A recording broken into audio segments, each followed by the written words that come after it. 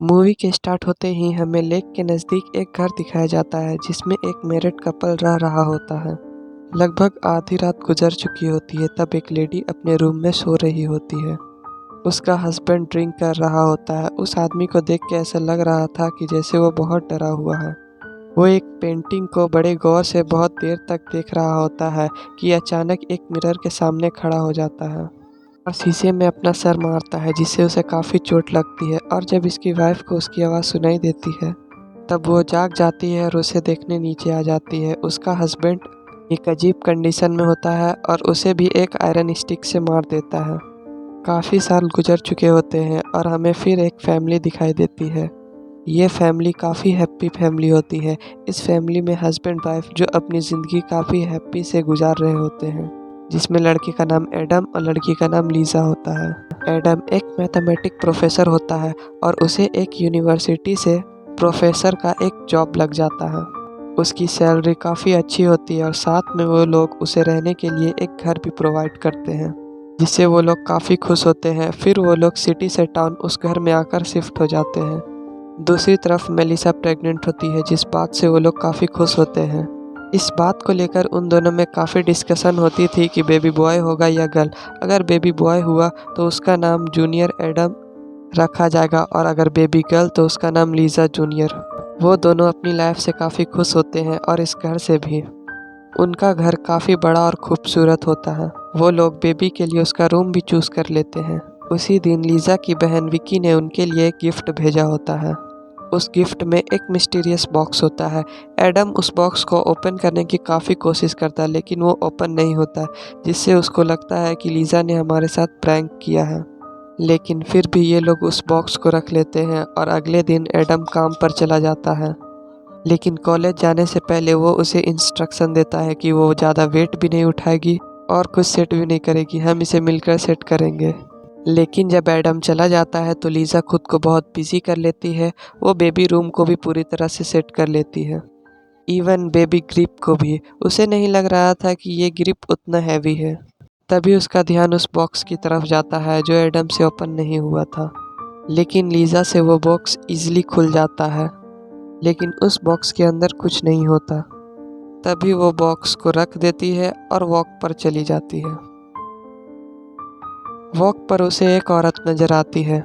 वो रो रही होती है और उसकी बॉडी पर भी ब्लड लगा होता है और बार बार एक ही बात कह रही थी कि मैंने अपने बच्चे को खो दिया है। उसकी हालत देखकर लीज़ा उसके हेल्प करना चाहती थी, लेकिन वो लीज़ा को देखकर अजीबो अजीब बातें करना शुरू कर देती है। वो उससे कहती है कि जो बच्चा तुम्हारे पेट में है वो तुम्हारा नहीं रहेगा, वो उसे लेकर जाएगी और लोग भी तुमसे डरना शुरू कर देंगे और तुम अपने बच्चे को बचा नहीं सकोगी। ये बातें सुनकर लीज़ा डर जाती है और वो वापस घर आ जाती है।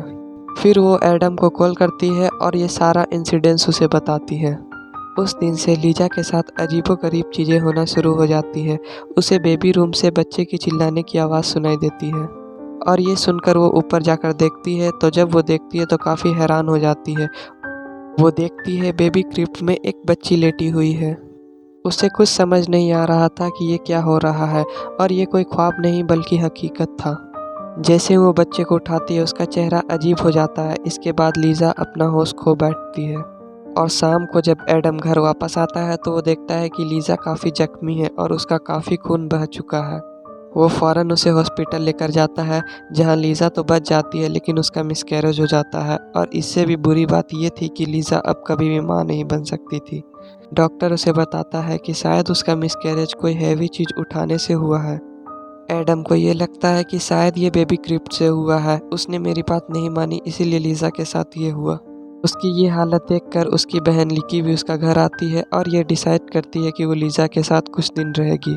इसके बाद एडम लीज़ा से काफ़ी मर्तबा पूछने की कोशिश करता है कि उस दिन क्या हुआ, आखिर उसने कौन सी हैवी चीज़ उठाई। तभी लीज़ा उसे सच बता देती है, वो जंगल वाला इंसिडेंस,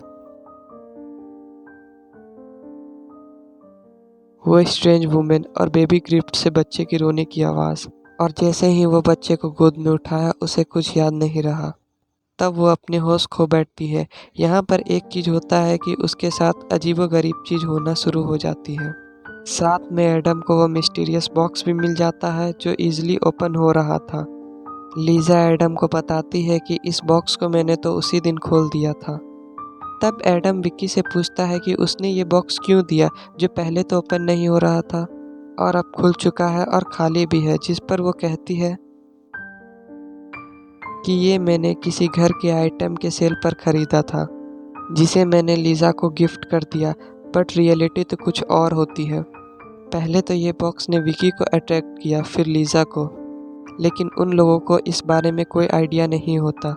उन लोगों की नॉर्मल लाइफ शुरू हो जाती है, लेकिन कुछ दिन गुजरने के बाद लीज़ा के साथ कुछ अजीब होना शुरू हो जाता है जिसे वो बता भी नहीं सकती थी। जैसे घर के मिरर में लीज़ा का रिफ्लेक्शन काफ़ी अजीबोगरीब बिहेव करता, और एक सुबह जब लीज़ा योगा कर रही थी तब उसे कमरे से बच्चे की रोने की आवाज़ सुनाई देती है।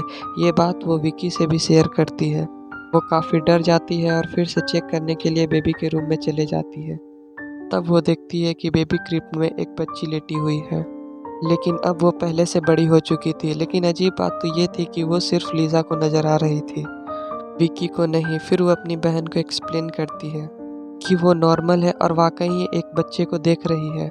फिर एक रात को एडम देखता है कि लीज़ा अपने बेड पर नहीं है। वो उसे देखने के लिए बाहर जाता है। तब लीज़ा उसे फायरप्लेस के पास खड़ी हुई मिलती है, जो एक पेंटिंग को मुसलसल घूर रही होती है।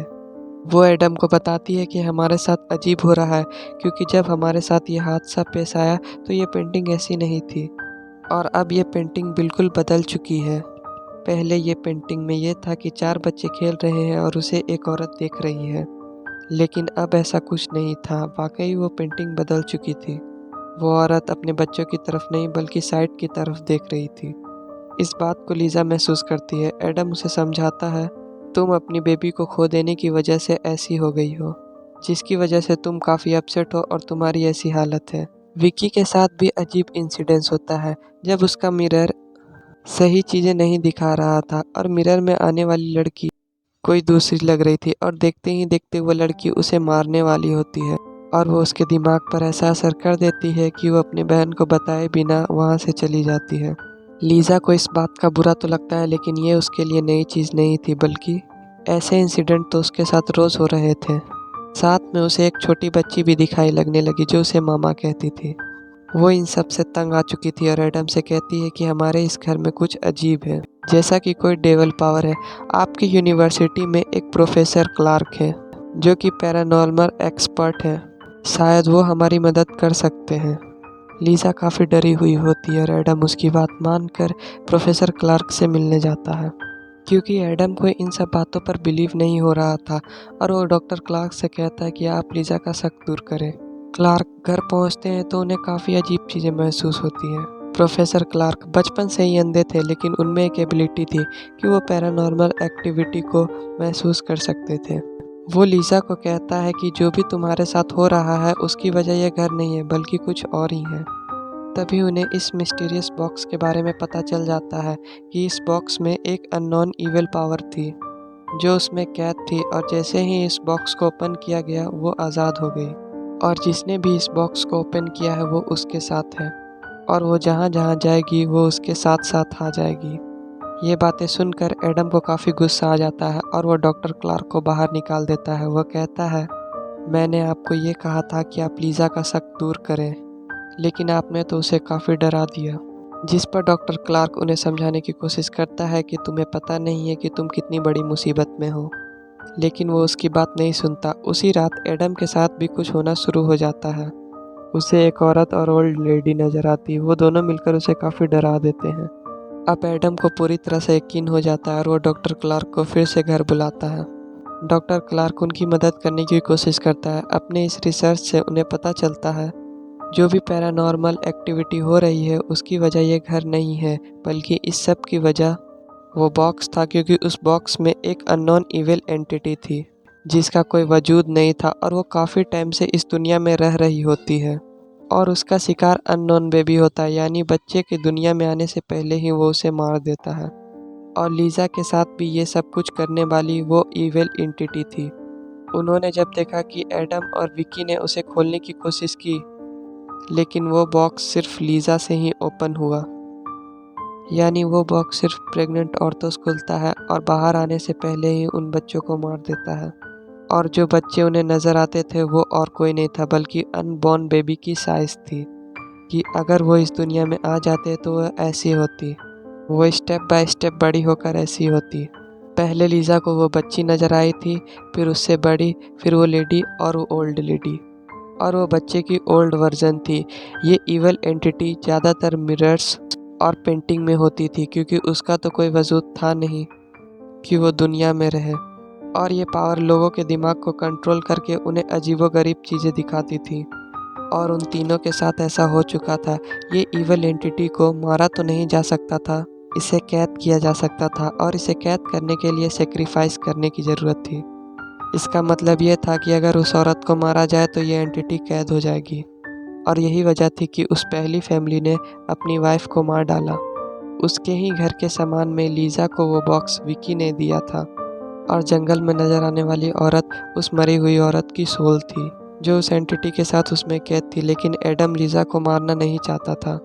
वो बहुत कोशिश करता है कि लीज़ा को खुद से बचा ले, लेकिन वो एंटिटी उसे पोजेस करती है, लोगों को हिप्नोटाइज करती है ताकि वो एक दूसरे को मार सके। अब एडम भी हिप्नोटाइज हो चुका था, इसलिए वो लीज़ा को मार देता है और वो एंटिटी फिर से उस बॉक्स में कैद हो जाती है। एडम जेल चला जाता है और जाने से पहले उस बॉक्स को विकी को देता है, और ये सब कुछ अब विकी के साथ होने वाला था। Thanks for watching.